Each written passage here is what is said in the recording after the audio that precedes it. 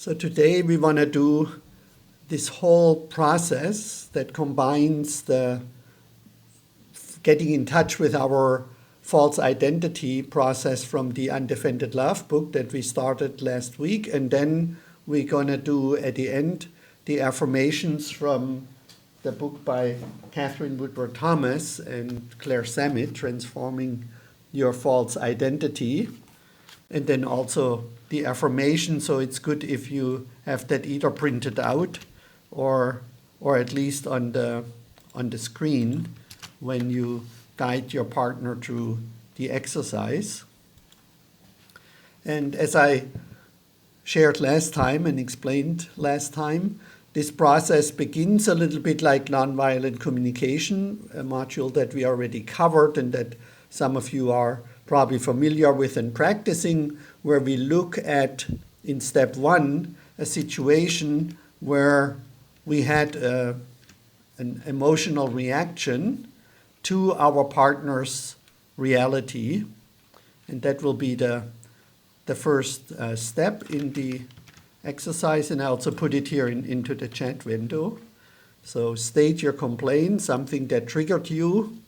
And usually there is like a primary emotional reaction of fight, flight, freeze. And this is something that's so powerful, right? It's like an impulse that it usually kind of overtakes us and we feel it in our body. So it's very important when we do the exercise to feel the emotion, or remember at least the emotion and get in touch with the emotion when that trigger happened.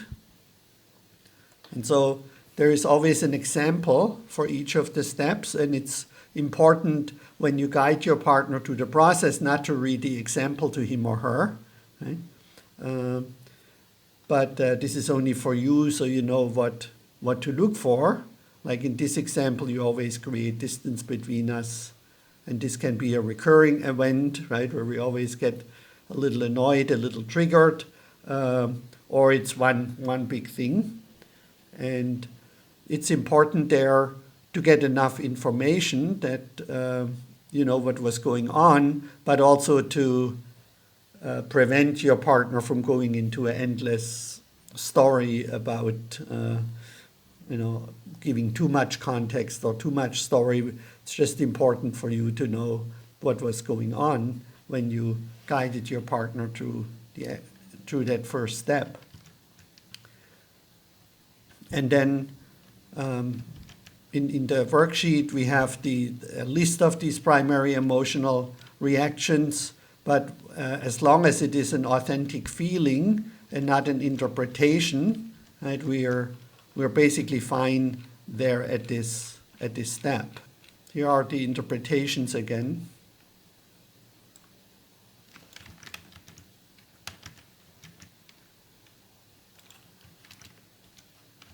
So we want to look for these words, make sure we then ask if your partner says one of these words or these interpretations, that we just say, well, and how did that feel? For example, to be cheated on or distrusted or interrupted or patronized or unseen or unsupported, right? Even though if somebody says, I felt cornered, diminished, intimidated, that's something, an interpretation we perceive from the outside, and it's not a real feeling. And then if we try to go on with this process, then we don't get to the false identity, because we're staying outside the body and not connecting inside with feelings.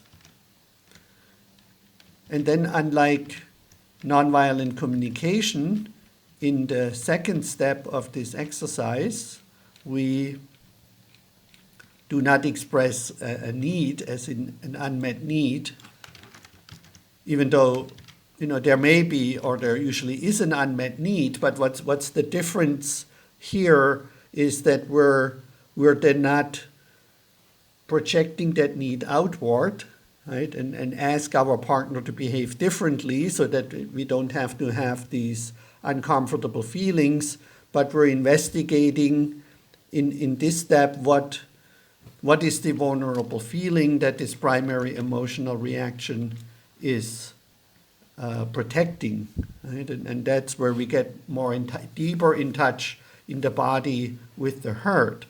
And that does not mean that we shouldn't have needs. I mean, we all have human needs.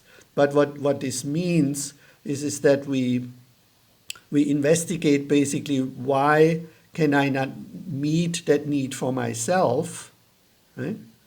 And why do I project it outward? And maybe why do I have that need in the first place, right? And so we all have needs, right, for safety and belonging and trust and connection and harmony and purpose and aliveness. These are all human being needs, and we're not in denial about them. We're not spiritually bypassing them. But if we have an emotional reaction, if they're not met, and we then attack our partner basically for having a different need, for example, right? Then that's not very helpful. I mean, that then creates a defense mechanism where you get defensive, and that's why this book is called Undefended Love, because we want to learn to stay present with our feelings and also connect with the feeling possibly of our partner, and own these feelings and see how we can have these needs met without asking our partner to be different than he is or she is, unless she really wants to, because there's also an unmet need maybe that he or she has, or a false identity or a deeper wound. And so this is a little bit more complex than nonviolent communication. So after the primary emotional reaction, we go to step 2 that we practiced last week. State the vulnerable feeling that underlies this primary emotional reaction. And here in the example, it says, I feel sad and alone, for example. And again, important here that a feeling is expressed. So I felt, or, and then the feeling where it comes, and not I felt like, where we have this tendency to go into story and say, oh, I felt like this wasn't okay, or I felt like running out of the room. So we want to listen for the word like, and then if a statement with like comes, to say, well, how did that feel? Right? And where did you feel it in the body? And I sometimes, if my partner that I guide through the process or client struggles with the feeling, suggest to imagine a little boy or girl, and it doesn't have to be my client or the partner in the exercise, him or herself, just feeling into how a small, defenseless, and needy child in a way, needy in the way that it needs the caregivers to meet its needs because it cannot meet it itself, how that boy or girl would have felt in a situation like that. So that's really a very crucial point here, where sometimes this exercise then goes in the wrong direction or people get stuck there. So if you're the facilitator, it's important that you also get in touch with that feeling, if that would have happened to you, and help your partner to get in touch with the feeling. What's interesting there is, at least and I noticed in other people too, they often feel the feeling before their partner can feel it, right? Because for us there is no real trauma and no real energy there, and so it's sometimes a little easier for us to feel it first. And then, of course, not tell our partner how to feel, but to maybe probe around a little bit and support him or her in getting in touch with the vulnerable feeling. And once we have that feeling, we go to the next step, and that's state a belief about yourself that is underlying this vulnerable feeling, right? So you could then, when you're in that little boy, little child, or in the vulnerable feeling energy, right, you can there's then always like a story created, a belief, a false belief about the person who had that emotional reaction, because this vulnerable feeling, protects that deep hurt that was created. And then, as we said last time, when little children feel bad, they think they are bad, right? Because they cannot separate really the feeling from their own persona, from their own identity. And so if they feel bad, they think they must be bad. And if they have needs that are not met by their caregivers on an ongoing basis, they, either get very angry and project it outward, but eventually they probably think that there is something wrong with having that need in the first place. Right? How else could a little child interpret that if it has a need and it isn't met by their caregivers? Then there must be something wrong with them and with their need. And so then that creates this false identity, or this false belief. And then we get in touch with the underlying deepest fear in the next step. Recognize your deepest fear. For example, when I realize that I believe you don't care for me, I see that my deepest fear is that I'm not worth loving, right, for example. And usually we already have the false identity there, but not always. And that's why there is this sixth step, and that's state your false identity. Right? And it's important to go to this sixth step, even though if you may already have a good sense as the facilitator, what that false identity may be. So here it's very important that we get a statement, I am or I am not. Right? So I'm not lovable, or I am invisible, or I don't matter, or I'm not enough, or I'm too much, for example, right? So there's a statement, I am or I am not, at the end of the process. That's what we're looking for here in this process. And the beauty of that is that couples, as I mentioned before, who are, let's say, at the orange and higher level of consciousness, usually, so it takes a bit of maturity to separate ourself from our emotional reactions, that they can support each other in this process.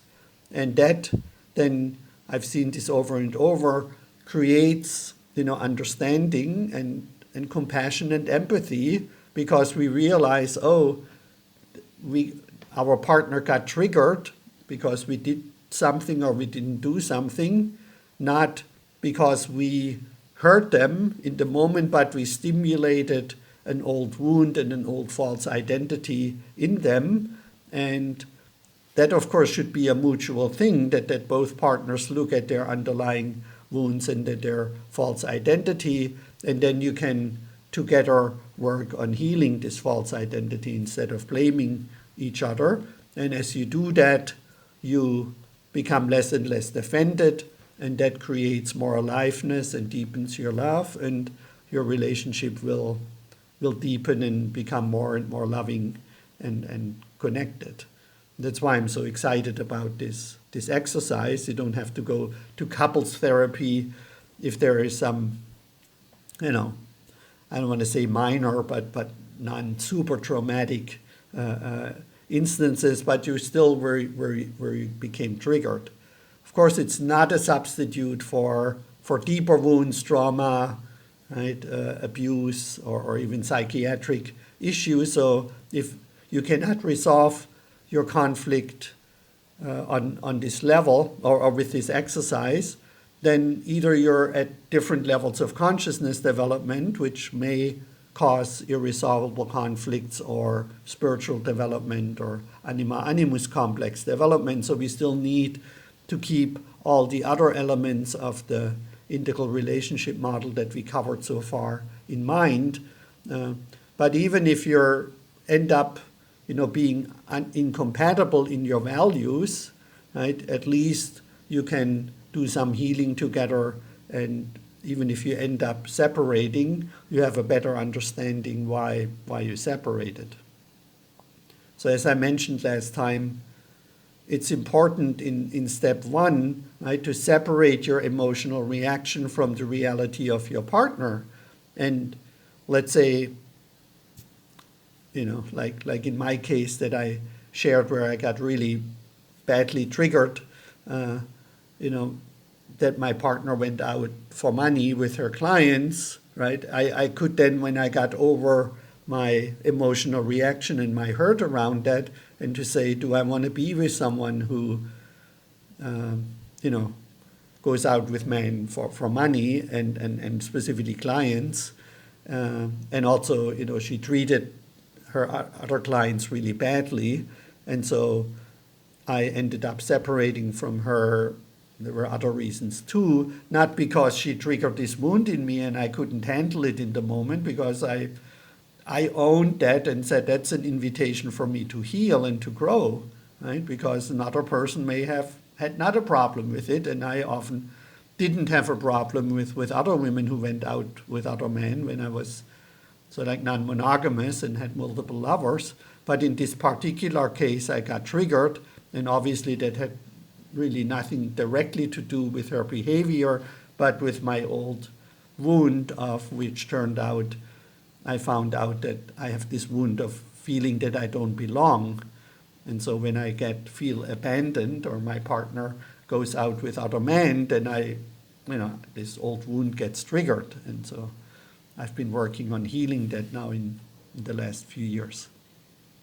Right? So in step one, we want to separate these two things. And so I'm still grateful that happened, because it made me more free and a better, more aligned, more alive person by healing that wound. So that's the invitation. And then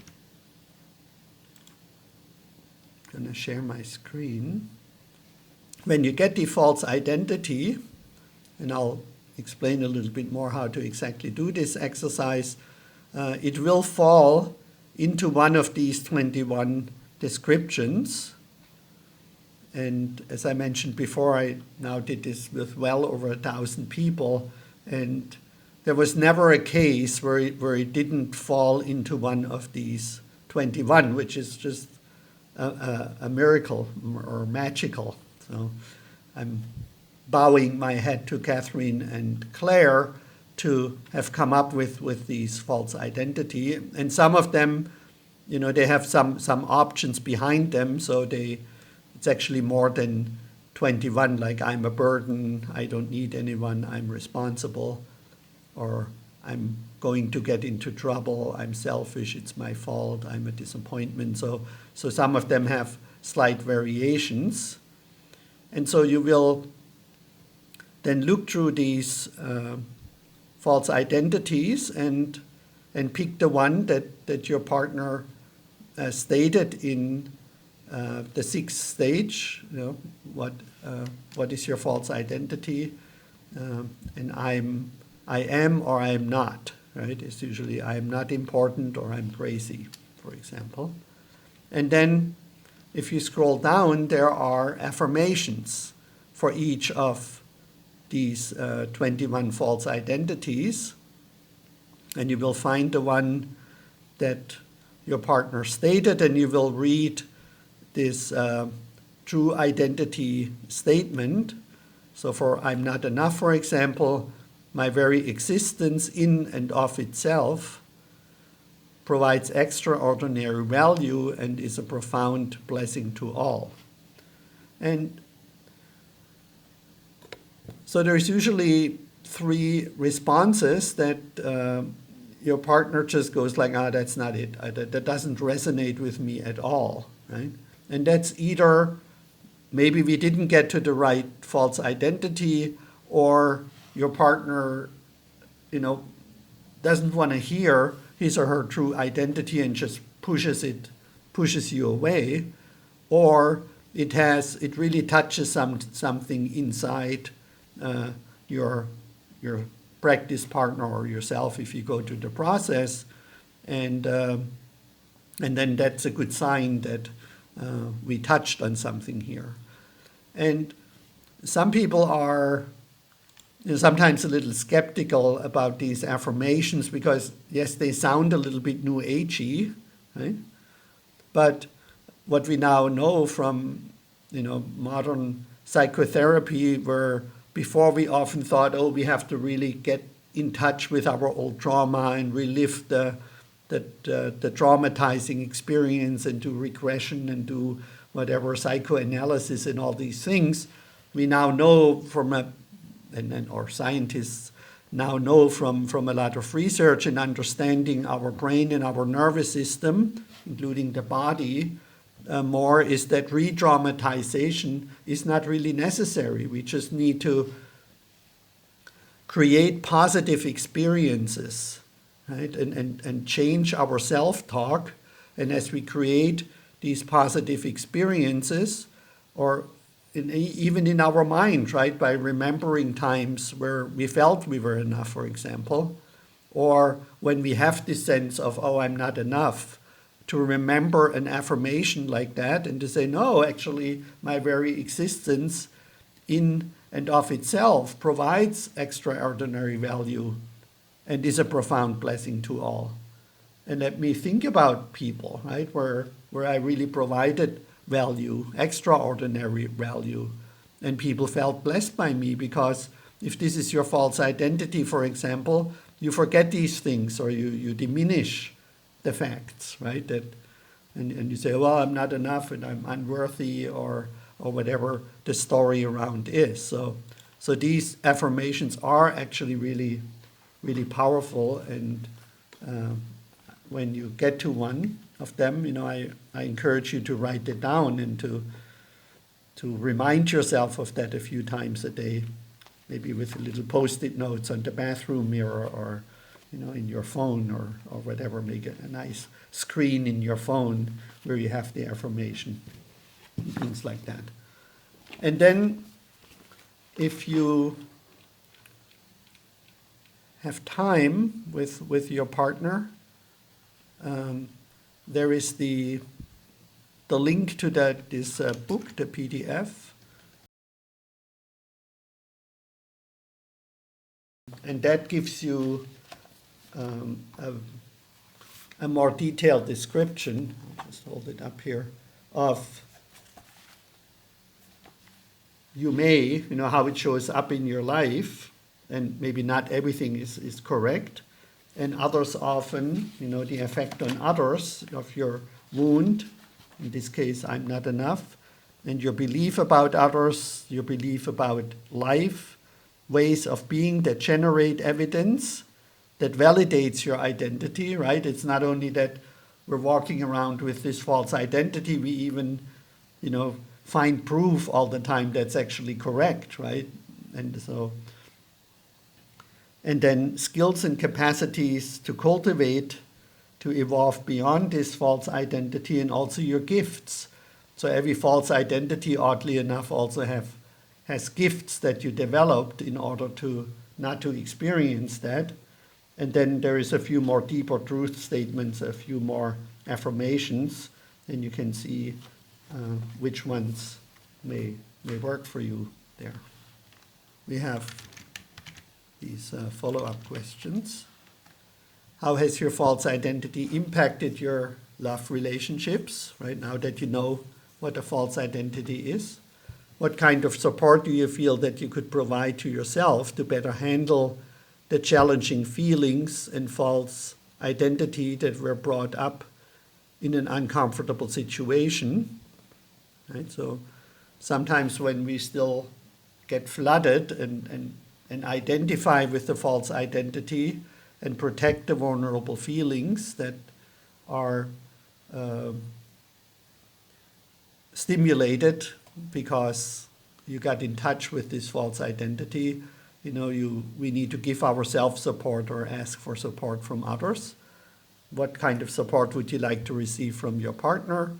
And is there a characteristic or ability that you feel you need within yourself in order to stay present with these challenging feelings and to heal your false identity? So that's step first. Step one, right, is that you can pause when these feelings come up and you're no longer reacting, but then you can create, make a different choice how you respond instead of reacting. And then what is a coherent narrative?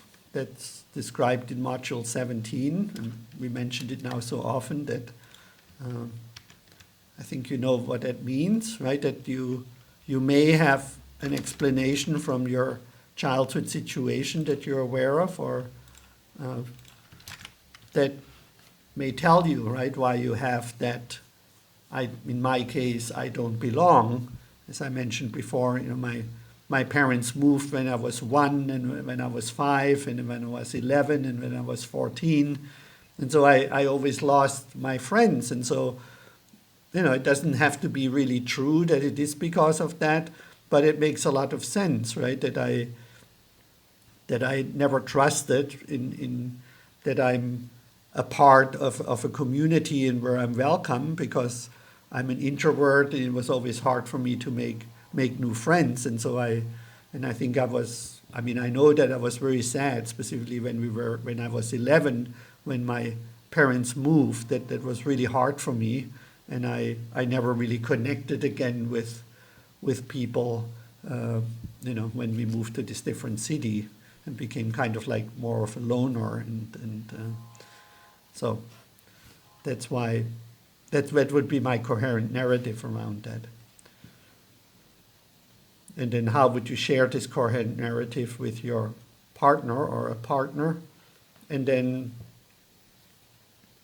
so as I mentioned last time, in undefended love, they suggest not to have any agreements in your relationship. And I think that's problematic, because even the agreement not to have an agreement is in itself an agreement. And implicitly, they would also probably agree, right, that you need to agree to own your emotional reaction to your partner's reality and not project it on him, on her. And then they would agree that you should do the undefended love process in order to create more intimacy, and that both partners should be able and willing to do that. So there are a lot of implicit agreements. On the other side, why they suggest it is that we're not making agreements in order to protect our wounds, because then if we split them off or deny them or repress them, or ask our partner to be different, right? Because we have this agreement that you cannot lie to me, or you cannot go out with other people, or whatever the agreements are, then very often they're there because we cannot handle the trauma or the pain, the emotional pain that is stimulated, and we never get to the healing.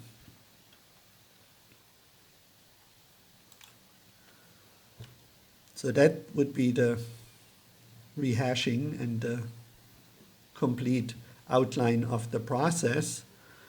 So when I do this in a workshop, and also here, even though here it's usually a little easier,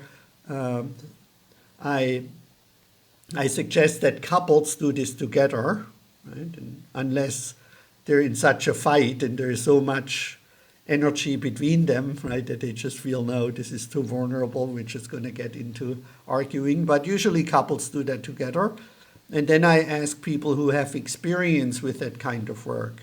So therapists and people who are trained in nonviolent communication or other forms of being in touch with their emotions and feelings, and I ask them to pair up with someone who goes like, this sounds very difficult, and I've never done anything like that, right?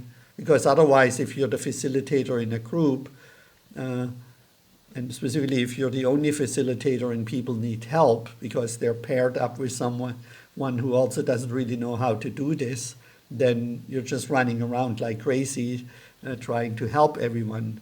And so if one person is already more experienced than the other, then they can support each other. Right? And then the way we do this in the workshop, and I don't know how much you can simulate that today, is that we ask one person to facilitate first and the other one to go through the process. And the person who goes through the process is laying down. You know, we have yoga mats and pillows and blankets, and we put a blanket over the person who's laying down and going through the process. And the facilitator is then sitting, like if this is the head of the person, there's the pillow, is sitting here in the heart, you know, chest area. So, you know, next to the person who goes through the process.